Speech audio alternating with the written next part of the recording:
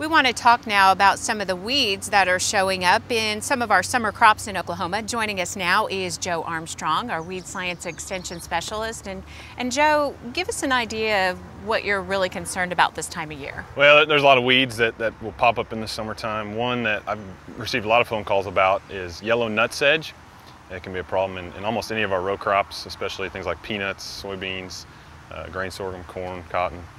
And it's one of those weeds that we can get pretty good results with most herbicides, but in a system where maybe we're relying too much on glyphosate, glyphosate's just a little bit weak on nutsedge, so it'll kind of creep in and become a bigger problem year after year.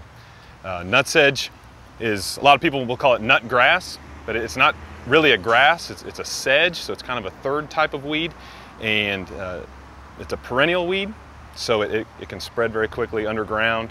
It has a very extensive root system. We've got some plants here on the edge of the field, and all of these plants here probably are from the same root system underground. But the easiest way to tell if it is nutsedge is to pull up a plant and peel back some of those leaves, and you'll notice that it has a triangle-shaped stem, three-sided stem, and that'll tell you that it's yellow nutsedge. What are some of the reasons why, they're becoming more prevalent, do you think? Well, I think a lot of it is that guys have made that switch to Roundup-ready crops or glyphosate-resistant crops and have really relied almost exclusively on glyphosate. And so again, glyphosate's just a little bit weak on nutsedge, and a few years of glyphosate only in that system, and this weed will become a little bit more prolific out there. And your advice then on treating it? Well, there are several good herbicide options available besides glyphosate. It's a decent product on nutsedge, but in soybeans, products like Basagran will do a nice job as a postemergence treatment. Preemergence, I know we're a little late for that for this year, but things like Dual will do a very nice job.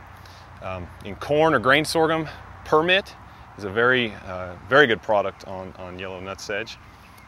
In cotton and peanuts, we might not have quite as many options, but again, in peanuts, Basagran would do a good job. And in cotton, really glyphosate might be about the best option, or some of those pre-emergence herbicides there.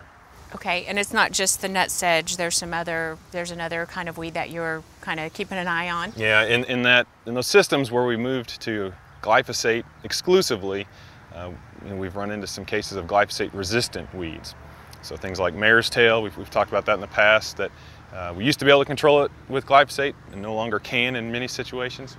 Well, we've got the same problem with some of our pigweed species, particularly water hemp.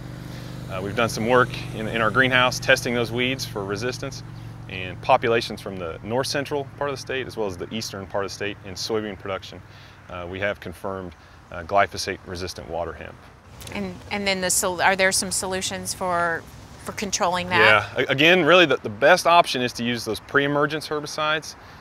We've got more options available at that timing, but for post-emergence applications, there's several herbicides that can do a good job.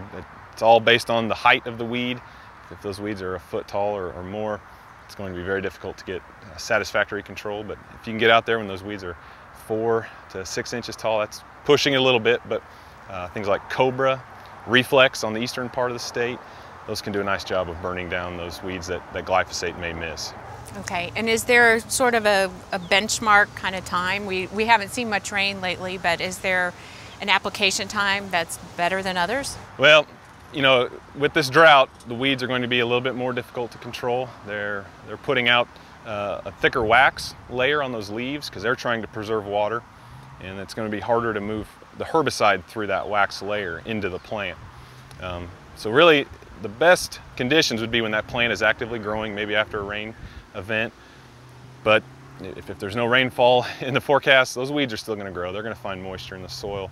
So it really should be based on that weed height, your application. And again, 4-inch tall weeds is really a good benchmark.